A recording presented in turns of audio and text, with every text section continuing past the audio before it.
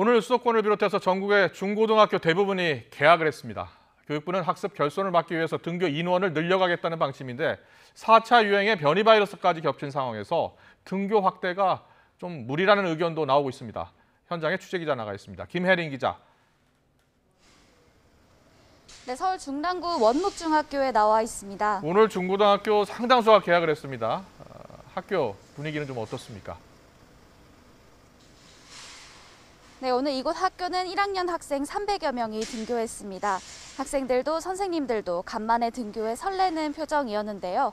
하굣길 역시 오랜만에 만나는 친구들과 함께 왁자지껄 생기가 넘치는 모습이었습니다. 학교는 등교를 앞두고 전체 소독을 마쳤습니다. 수업 중에도 방역 인력이 학교 곳곳을 돌며 소독과 청소를 하고 있는데요. 열감지 화상온도계를 입구에 설치하고 손소독제를 곳곳에 비치하는 등 코로나19 차단에 전력을 다하는 모습이었습니다. 오늘 이곳 학교를 비롯해 전국 유치원, 초중고등학교 2만여 곳 가운데 20%인 4천여 곳이 개학했습니다. 대부분 학교에서 등교가 이뤄져 오늘 28만 명이 대면 수업을 받은 것으로 집계됐는데요. 이처럼 교육부는 2학기부터 대면 수업을 추진하겠다고 밝혔습니다. 먼저 거리두기 4단계가 적용된 수도권 중학교는 3분의 1이 등교합니다.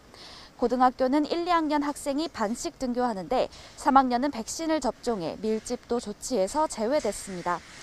거리두기 3단계 지역 중학교에서는 3분의 2가 등교할 수 있고 고 1, 2는 전면 등교까지 가능합니다. 다음 주에는 초등학교 대부분이 개학을 하는데요. 수도권 초등학교는 1, 2학년이 대면 수업을, 3학년에서 6학년이 원격 수업을 받습니다. 비수도권 지역의 경우 3학년에서 6학년은 4분의 3이 등교합니다. 다음 달 6일부터는 등교가 지금보다 더 확대될 예정이죠?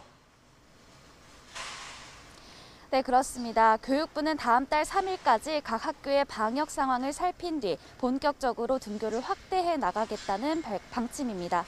다음 달 6일부터는 거리두기 4단계 적용 지역이 아닌 곳에서 유치원과 초중고등학교가 전면 등교를 시작합니다. 거리두기 4단계 지역에서는 초등학교 1, 2학년 전부와 3학년에서 6학년 학생의 절반 이하가 등교 수업을 받습니다. 중학생은 3분의 2 이하가, 고등학생은 전체 인원이 등교할 수 있습니다.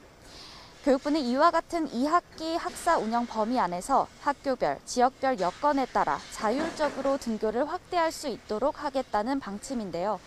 코로나19 상황이 길어지면서 학습 결손과 사회성 저하 등 문제가 나타나고 있다는 점을 등교 확대의 이유로 들었습니다. 하지만 청와대 게시판에는 등교 확대를 반대하고 등교 선택권을 달라는 청원이 올라오고 있는데요. 대면 수업이나 원격 수업을 각 가정에서 선택할 수 있도록 해달라는 겁니다.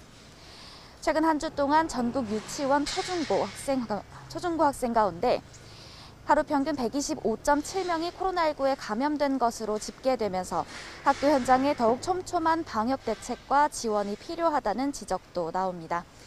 지금까지 서울 중랑구 원묵중학교에서 YTN 김혜린입니다.